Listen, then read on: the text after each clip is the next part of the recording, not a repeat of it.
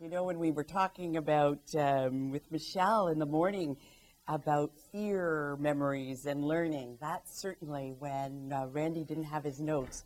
I've been there when you're emceeing for a day and one of the speakers has inadvertently taken your notes. So I am delighted to be here and delighted to be part of this really important day.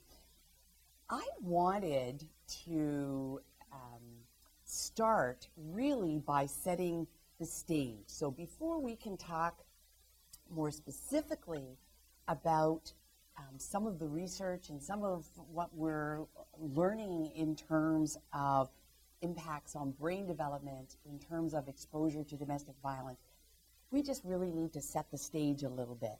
And it's really helps us to make sure that we don't overinterpret. It helps us make sure that we don't overgeneralize. So just some of the things for really getting us started and providing context.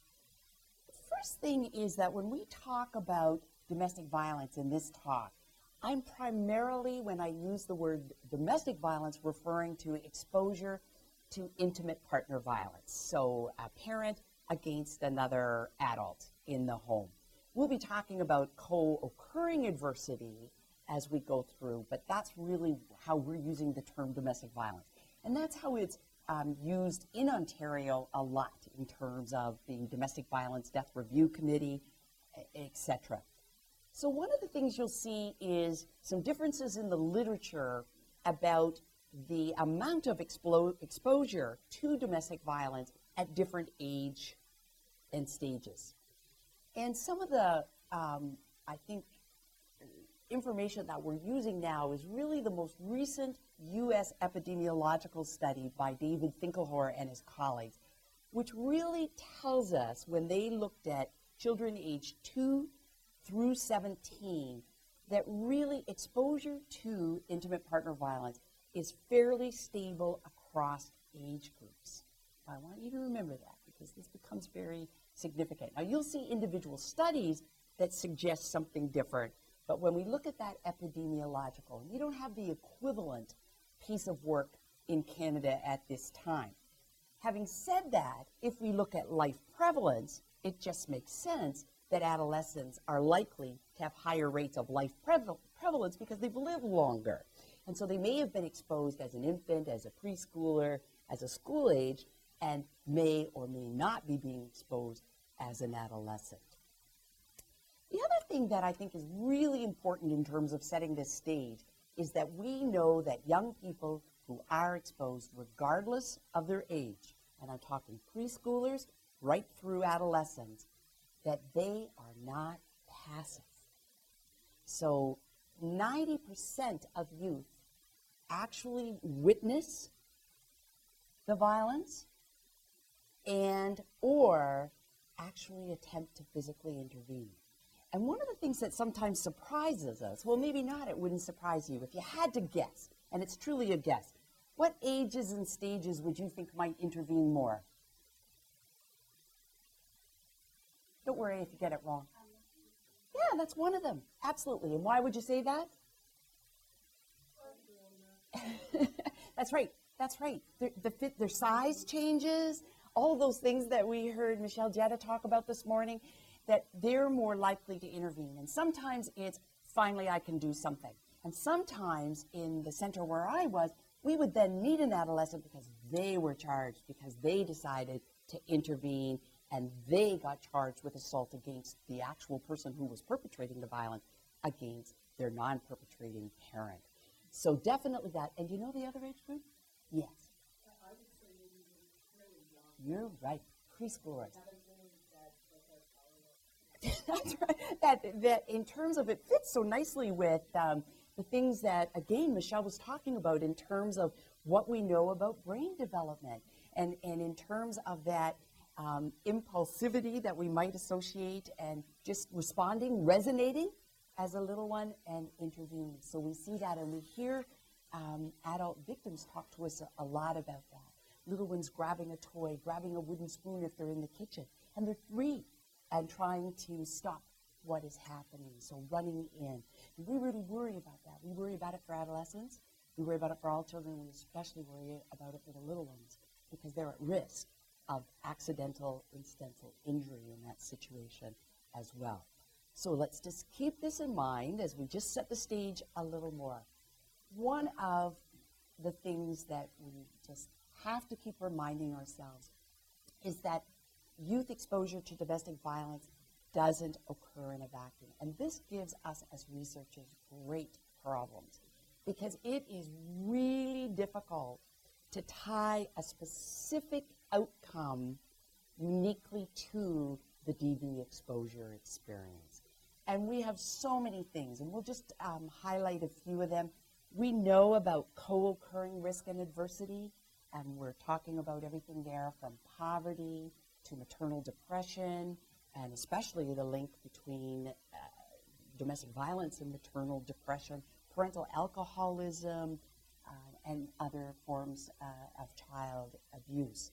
So that's one of the things that's really important. And I think one of the most helpful, there's many studies, but one of the most helpful that you will have heard of is the Adverse Childhood Experiences Study, usually known as ACE, out of California. And that study was with a huge sample of adults who were all on a particular insurance plan, an HMO. So what they did is had adults complete a retrospective survey. And what they found is, and I think this really, really helps us understand this co-occurring adversity, only 5% of adults who reported childhood exposure to, in the case of that study, woman abuse, did not report other adversities like child abuse, poverty, parental mental health problems, criminality, etc. Yes. So only 5%. Okay, so think of a sample, and they ask everybody, were you exposed to this or this or this or this, or did you experience this or this? And if you take the sample of people that said, yes, I was exposed to violence against my mother, abuse of my mother during childhood, any of the stages of childhood, including adolescence, only 5% didn't report other adversities being experienced as well. So it just speaks strongly to the co-occurrence of adversity and risk. And of all of those co-occurrences, the one that has been studied most is what Dr. Robbie Rossman and Honor Hughes refer to as the double whammy in terms of child abuse and exposure to domestic violence, intimate partner violence. So if you are a young person living with domestic violence, you have a 30 to 60% chance of also experiencing a direct form of child abuse. And most often studied as child physical abuse. So that's a very important overlap that has implications for our work. And again, as we try to understand the impact specifically of domestic violence. The other thing that some of the more recent research has helped us out with is understanding poly-victimization, as David Finkelhor refers to it. And we know, and I think of some of those charts in terms of looking at certain skills that change across in a linear kind of way. Well, what we find is poly-victimization increases with age. And in particular, we see poly-victimization the highest in adolescence relative to middle childhood and the youngest. But that wouldn't really surprise us because of the violence occurring outside of the home that then an adolescent is also more exposed to than a younger child, for sure, and even than middle child. But that becomes, again, it makes it challenging to understand what's causing what. And so we see researchers struggling with that, and we just have to be very mindful of that as we look. And I'm not going to spend very much time at all on the idea of adolescence as a gateway to new areas of risk, because again, I think Michelle did such a beautiful job this morning of talking to us about adolescence as a transition point in terms of normative challenges of that developmental stage can be exacerbated by stressors in the home, for sure. And it's also truly where we see, due to brain development, the onset of many what we consider more adult-like problems, including mood disorders. So I think that, again, it just speaks to the importance of this developmental stage, and it speaks to the challenge in really teasing out what really is related to what as we study them. And unfortunately, until quite recently, and I think this is one of the most exciting developments in the field, is that we've tended to do research in silos. There were the child sexual abuse experts. There were the exposure to domestic violence experts. It came along later. There's the child abuse, physical abuse, and other sorts of contextual factors like poverty or maternal depression being studied by another group. And we haven't had, one, the sophistication of statistical models, or the desire, I think, going back to what Ian Manning was referring to sort of come out of our silos and to realize the importance of clustering around research and collaboration in terms of research. But having said all of that, despite this burgeoning of research on children exposed to domestic violence, we know, we have data points, we have fairly robust findings about preschoolers and especially about middle childhood. We do not have a parallel form research agenda and findings on adolescents. It is a huge gap. If we took nothing else from this particular talk, that would be really important to take in terms of domestic violence, exposure to domestic violence. We are truly missing a data set, findings, a research program in terms of adolescence. Why do you think that might be?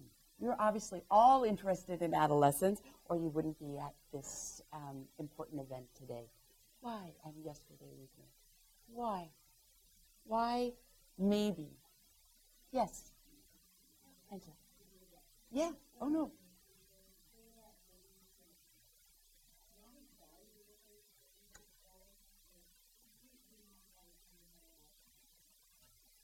Perhaps. And that would be really concerning, especially after this morning's talk, wouldn't it? We would be really worried about that, but that could be contributing. Right. Right. Absolutely. Okay. Maybe.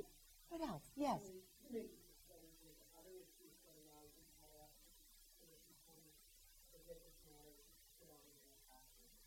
Exactly.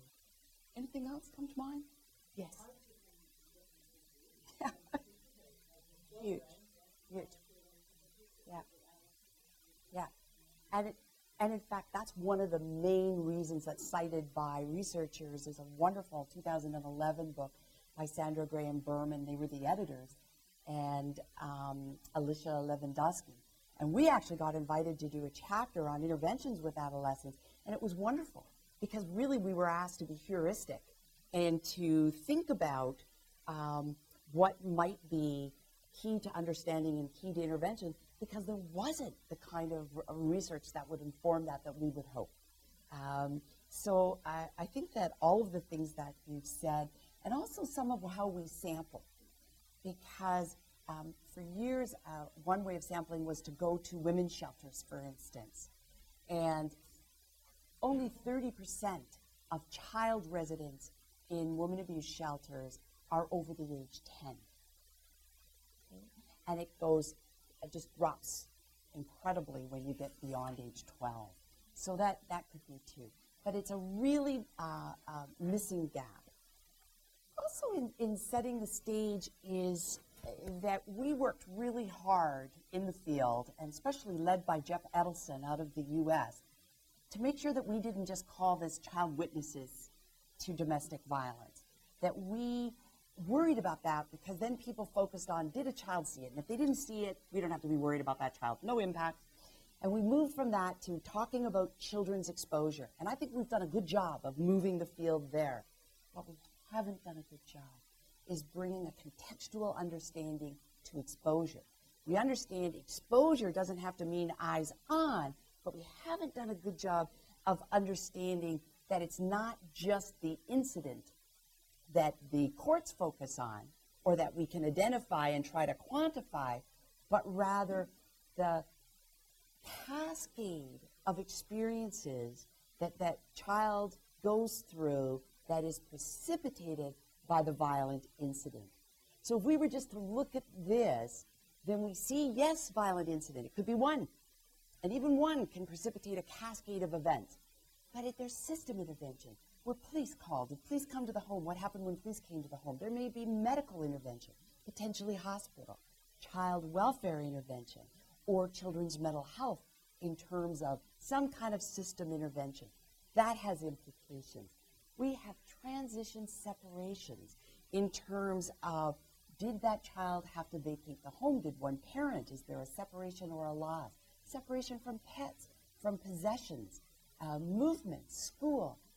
Very, very important in terms of contextualizing what that child experiences, and also a cumulative risk model that I think we haven't done as good a job as I would like to see us do in thinking about that when trying to understand the child's experience and understanding potential impacts on brain development.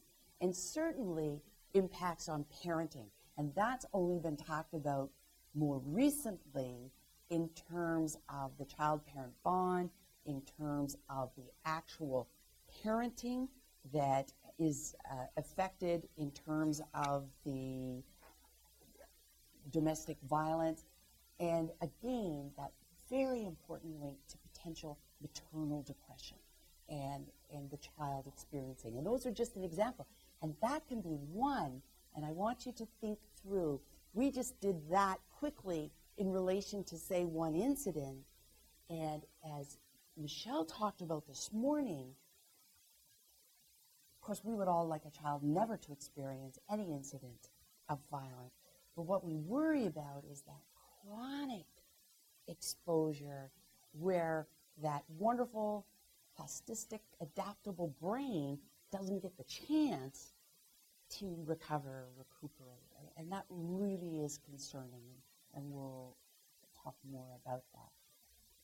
So finally, before we zero in terms of brain, if we just look at adjustment difficulties generally, and we've had a number of meta-analyses, and what we find is that with the information we do have on adolescence, qualifying again that it's limited compared to information on other ages and stages, this particular, but they're all somewhat similar, but this is Kitzman's meta-analysis of 118 studies.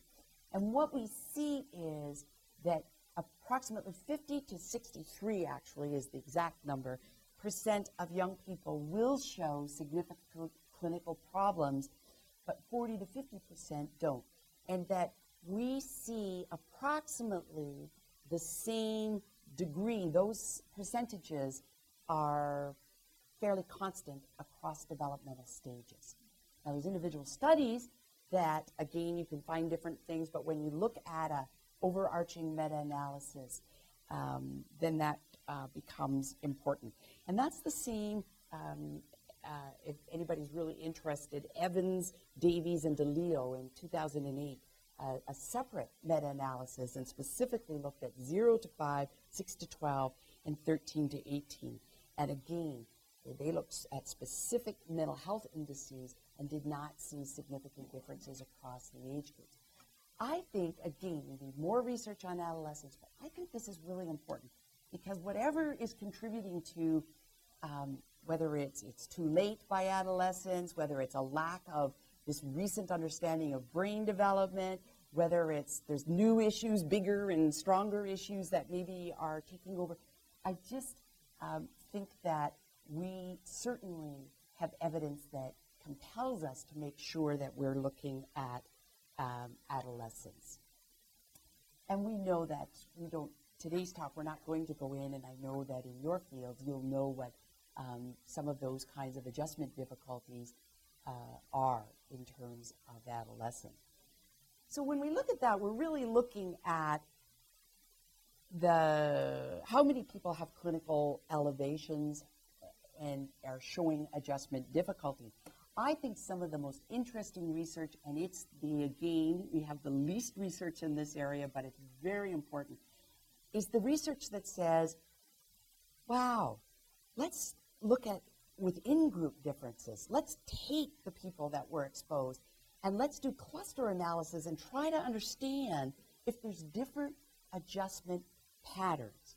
That's still not going as far as specific individual differences in the way that Michelle was speaking about this morning, but it's an important direction.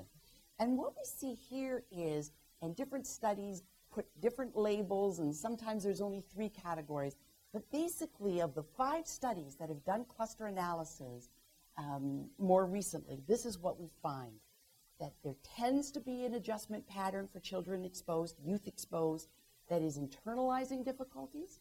There's a pattern that's externalizing. There's a pattern where the youth have both, and that worries me almost the most, because when it's that both, what do we notice? Externalizing. And thinking back again to this morning's, the child that flies under the radar, we're going to zero in on that externalizing, but it's really easy to miss the internalizing, especially when it's coexisting with externalizing. And then something that we really cannot overlook, that there's a group that don't show adjustment difficulties. No one. I prefer to say at the point of assessment, they are asymptomatic or no one. And I so appreciated Michelle's comment this morning about I can't remember the term you used, Michelle, but we call them sleeper effects, where you see a child who's just excelling in middle age, oh, no problem here. You know, yes, they were exposed, but no problem here. And then they get into adolescence, and often that is where we see. And suddenly, and then the problem is people don't link it. They don't link it to that trauma or those chronic stressors, because there's been this time between often the chronic stressor and when we start to see difficulties. But especially, and you will know that because so many of you are working clinically, when we work either through applied research or in clinical context with those children, it becomes really clear, the linkages.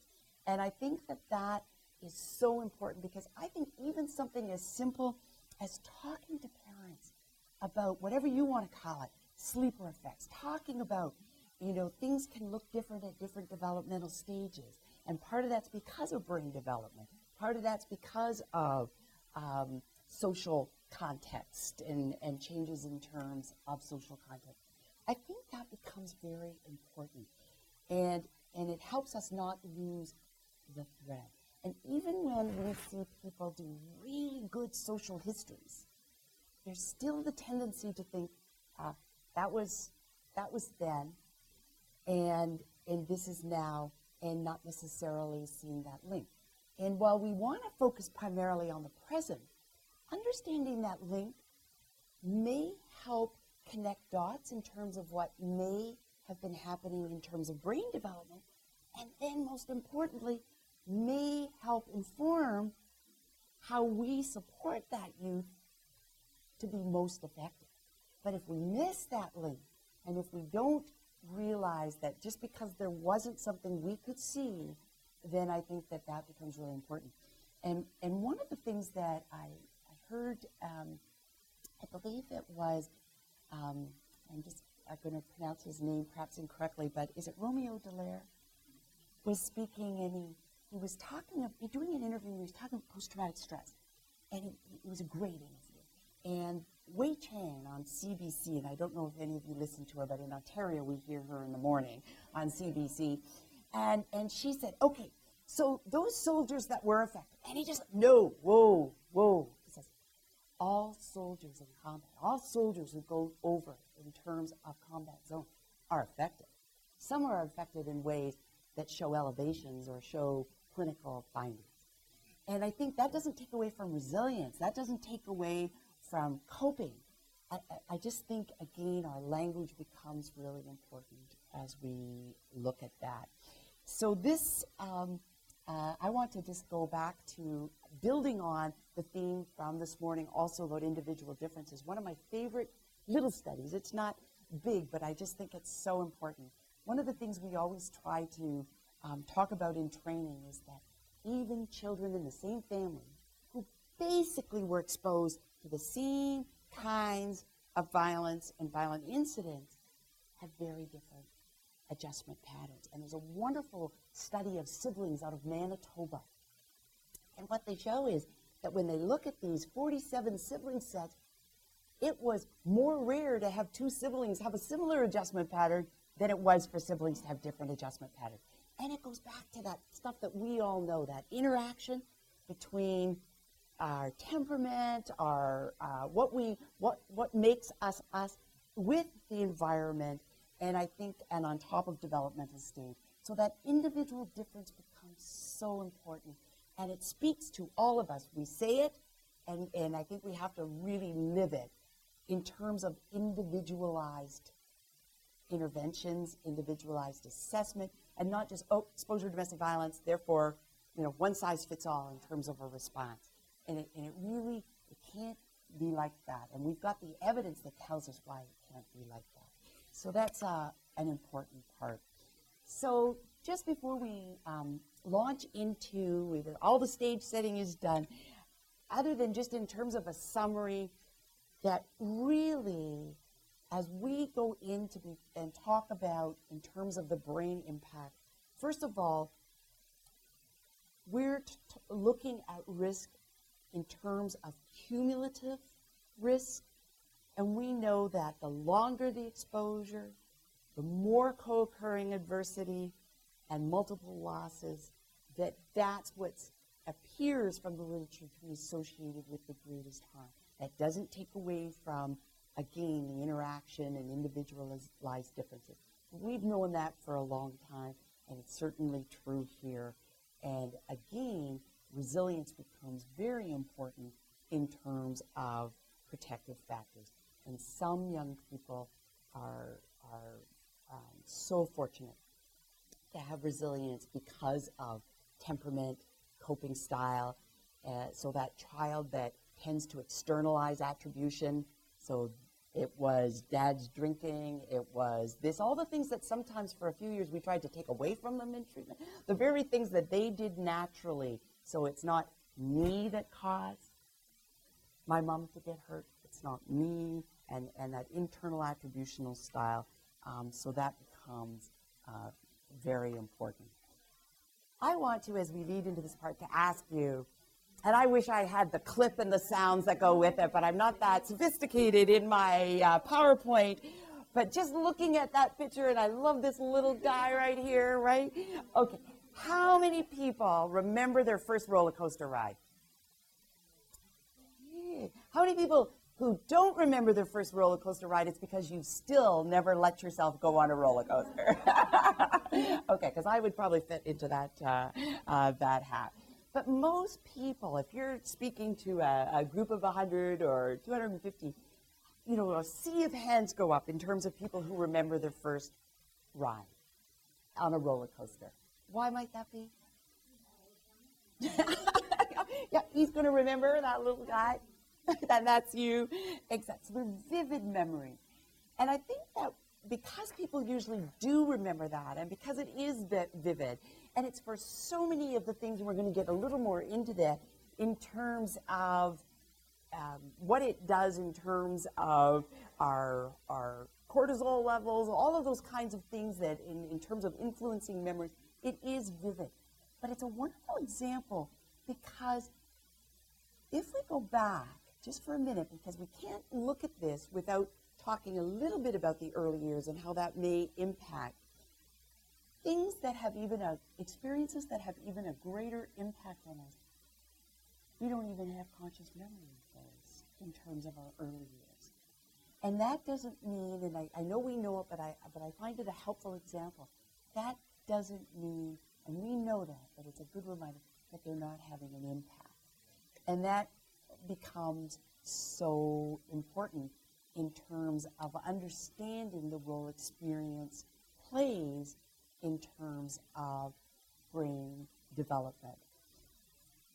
So we worry about, in terms of those early years, intense fear and chronic stress.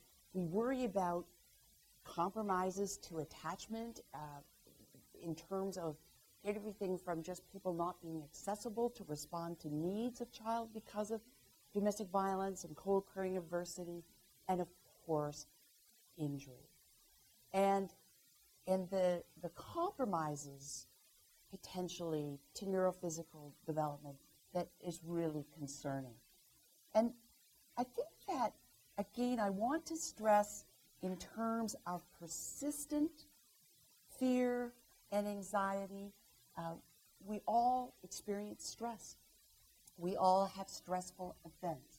And again, it's persistent fear and anxiety. And certainly this picture, it just again reinforces the kinds of things that Michelle was telling us this morning. And in particular, the amygdala and that whole part of, and hippocampus, and as Michelle was saying, part of that lizard brain. And I really like the idea. I'd heard lizard before, but I hadn't heard wizard in terms of the prefrontal cortex. I really like that. And I think that that's very helpful. And in terms of children, in terms of chronic stress, what we're really going to be looking at, it really is the concern in terms of detecting threat and what happens around that. We're going to talk about that and build on what Michelle was talking about this morning, as well as compromises potentially to learning. And we're going to look at that. So for me, my best understanding and the thing that helps me the most when I think of prefrontal, I think of air traffic control systems. So the importance of that, and again, remembering that in early childhood, if we think of it as the rudimentary foundational building blocks for executive functioning are being laid, and then we know that through middle childhood and adolescence, of course, we're building, and especially in adolescence, and that becomes so important. But I think it's really helpful to just stop and think about what would happen if we didn't have a good air traffic control. So think of Pearson Airport, Calgary Airport, Jane, whichever airport is your favorite this week. Think of that, think of all of those planes. Think about the importance of that air traffic control.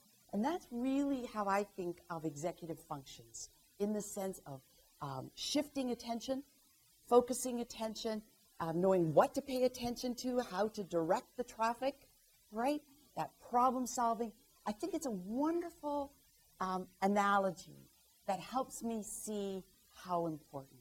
And when you think of the young people that we tend to meet in terms of mental health settings and in terms of youth justice settings, so often, any of the systems most of us are involved with, and quite frankly, the young people that tend to come to your attention at school when it's not because of their exceptional grades. When we think, no matter what your context is, the people that we tend to meet, the young people, if you think about it, it's like that part of the brain isn't working as well as we would like it. Even when we take into consideration that, of course, in adolescence, it's not going to be developed and working as well as it's going to in adulthood. But we see a group that, if this is where adolescents as a whole tend to be developmentally with respect to that, often the young people that come to our attention are struggling with that piece even more. And I think, again, that that's something that we truly worry about in terms of exposure to persistent chronic stress like domestic violence. I think one of the most exciting pieces in terms of looking specifically at children's exposure, and in this case they looked at physical abuse and domestic violence, and this was the first study that I have come across, the only study I have come across, published in 2011, and it's by McCrory and colleagues. And what they found was heightened neural activity in children's brains that's very similar to what they see in soldiers who have been exposed to combat zones. So I don't know if you remember way back, my colleague Peter Jaffe, one of the first things he wrote is he paralleled living with domestic violence for a child. It's like the family and children are walking on eggshells. You know, that kind of thing.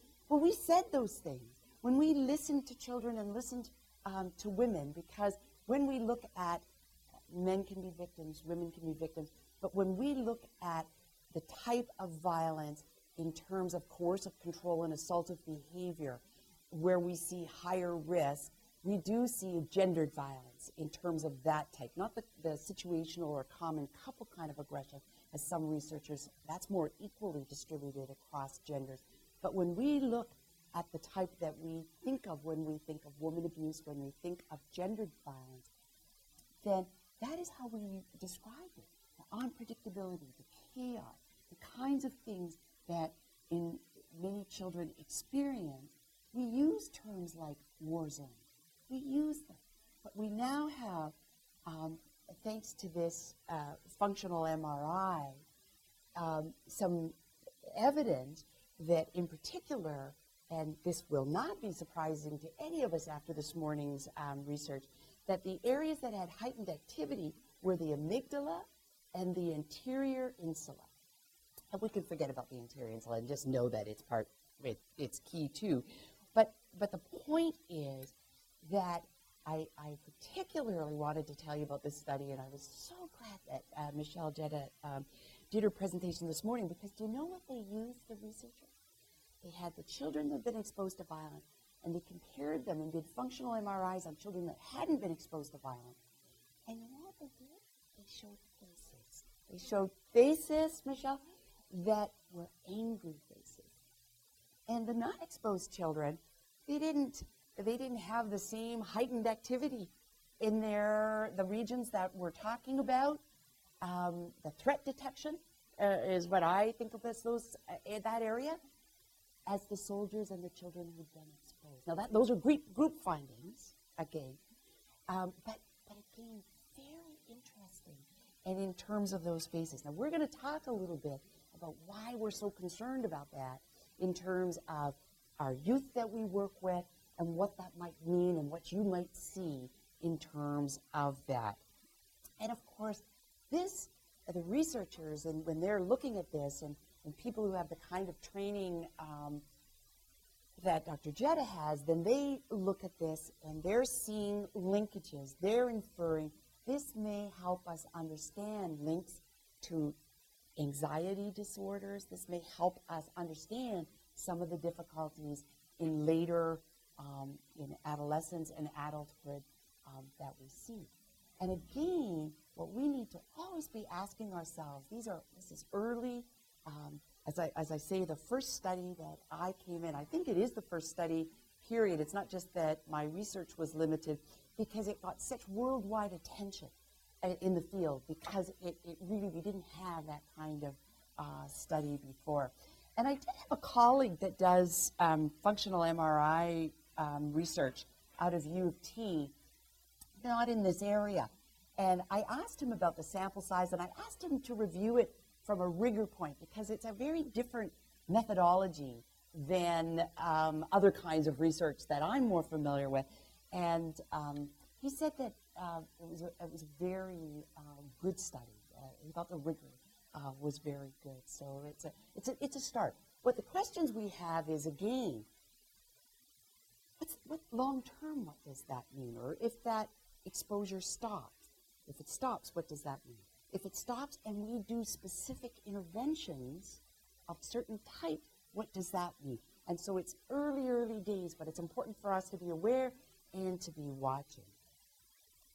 I think, again, we've all had an experience of fight or flight. And for me, the time that I always remember, just to capture that, is my sister and I. She was 12 and I was 10.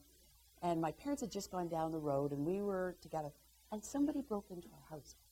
And we were two little girls in our room, and we were frozen. But different situation.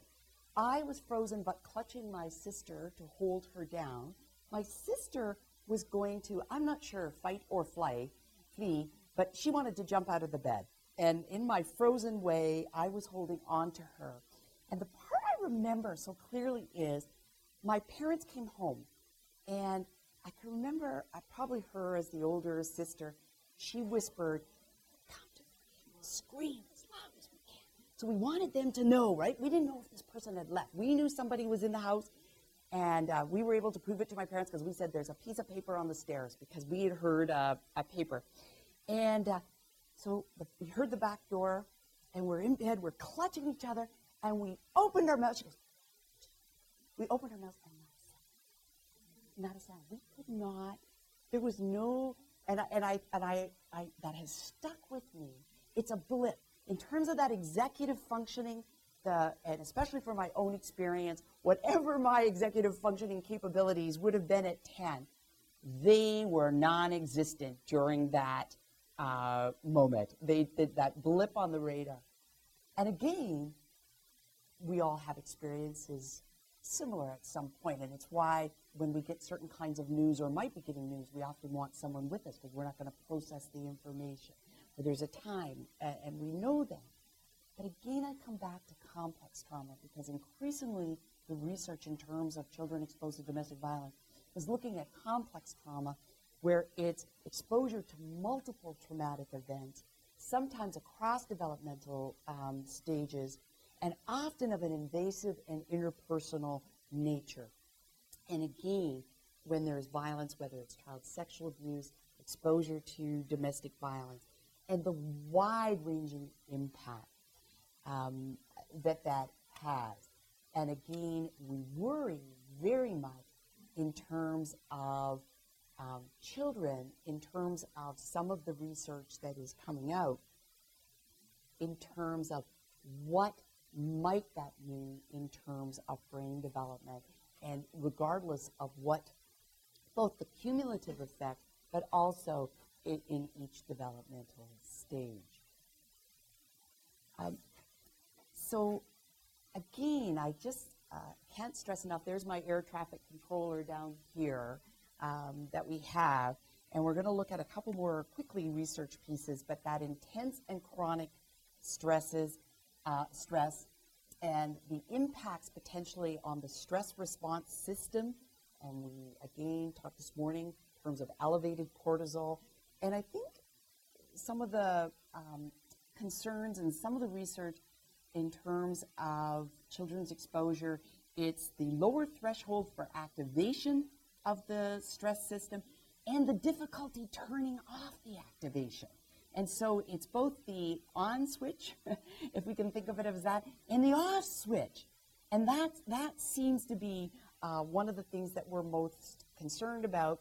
The other thing that I really wanted to talk about, we talked about this detection, this threat detection. And most importantly, it's that being able to look at a situation and detect with some accuracy what is threatening and what is not. And what we're finding in terms of some of the research is that for children who've experienced intense and chronic stress, including exposure to domestic violence, then what we're seeing is that they're not doing so well. They're struggling to determine what is threatening and what is safe. And then the body is wired in such a way, or this is how I like to make sense of it or describe it. It's adaptive that if there's threat, then we go into defense mode, right? And part of that defense might be aggression. Remember, fight, flight, freeze? And what we're finding, and we have research both from the psychological field that is really helping us understand this, is that children and youth who've been exposed to intense and chronic stress, we've now got the functional MRIs. We're also seeing that they're having a difficult time. They're finding what we would see in other children as clearly neutral situations, they're finding them ambiguous or threatening, and they're responding aggressively. Sound familiar? Mm-hmm. And that doesn't mean that's the only reason, but it's certainly an underlying. And that, again, the kinds of problems that creates with peers, the kind of problems that creates in terms of forming relationships with adults, hearing feedback from teachers and others, and then combine that with what we know about authority in adolescence, just period. So that's certainly something. And as well, I don't think we can stress enough that, again, while we're not born with our executive functioning skills, but we are born with the potential to develop these capacities or not, depending on our experiences in infancy, childhood, and adolescence. And I think that while we have clear research at this point that lets us say that executive functioning is distinct, yet foundational from school readiness and academic success. So it is different, but it's foundational. And if you think about it, we think of working memory as part of executive function. We think of, as Michelle said this morning, cognitive self-control and attentional skills. And if you think of that, then you don't have to stretch your mind very much to realize that while that isn't math and it's not reading, they are the readiness skills. They are foundational to then being able to learn in terms of what we think of as academic learning. So again, compromises to learning are concerning.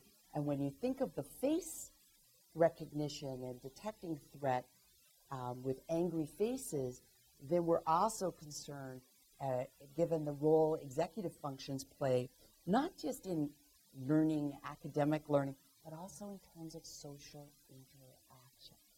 So that becomes, again, concerning for us. I wanted to share one of the studies that you may hear quoted the most and has received a lot of attention, and partly because Moffat's involved in terms of there aren't a lot of Moffat and colleagues, and this one in particular was headed by Cohen, but it's that same prospective longitudinal study of a large group of children, and that's rare. We don't have a lot of those kind of studies. So we are delighted when those researchers, that team, analyze and look at the data that they have to help us out in as many ways as possible. But in particular, this particular study from that sample looks at 1,116 twin pairs that are age 5 in England. And what they found is that intimate partner violence exposure was negatively associated with IQ. So there's an inverse relationship, so that the more exposure you had, then they saw decreases or compromises, delays in cognitive development. And what was even more significant, because of the twin study, they were able to do controls and try to parcel out and determine what might be accounting for, or if there was really a piece that was because of the exposure, in ways that other studies might not be able to. And I think that in terms of the relationship, again, they saw a suppression increased as the dose of exposure in terms of the, if you want to think of it as chronic distress or trauma, increase. There's other research that we won't go into that also shows some of the cognitive, but again, I think that I would be the last to say, I think this again is looking at a piece of research. That doesn't mean that, we need to stop and prevent the exposure to get that reprieve for brain in terms of the adaptability. It's that catch-22 that I think Michelle described wonderfully this morning. It's like the adaptability is why it's so amazing. Or I like Bruce Perry's word, biological sponginess. I love that term. That part of the brain, that neuroplasticity, is why it's such an amazing, is it an organ? What is that brain? It's why it's such an amazing organ, but it's also why it's so vulnerable. But if we can just create reprieves, and so we stay with the overarching concern, is to try, and it's never too late. I believe that. I believe that with all my heart, and why I'm so glad that the focus was on adolescence. Because sometimes you think by adolescence, and we work with people working with adolescents, and I believe that when you understand cumulative trauma and you look at neuroplasticity or biological sponginess in terms of that brain, it's not too late. I also think that it's not enough, though. There was a time in my career when I would have advocated, first and foremost, an overarching, we support, but we stop exposure to trauma. We create a reprieve for that child's development as long as possible and make it as rich. Now I would say, with my increased understanding and looking at the research, it's not enough to stop the exposure. We've then got to look at the type of interventions for unlearning fear conditioning. We've got to look at the kind of interventions that were being discussed a little bit at the end of this morning's discussion, and to really, and I think we're just beginning. There's good work in terms of trauma-informed CBT and beginning research in terms of mindfulness. But I think we've got to understand scaffolding. There's concepts that I believe that we know and use with younger children that we need to borrow and use in age-appropriate ways with adolescents. And I think that we've got the kind of understanding, just beginning, but we're getting that understanding that helps us, and we need to move into the next generation of interventions. I also wanted to share this study. Now, you may say, why on a brain talk is there are these shoelaces here?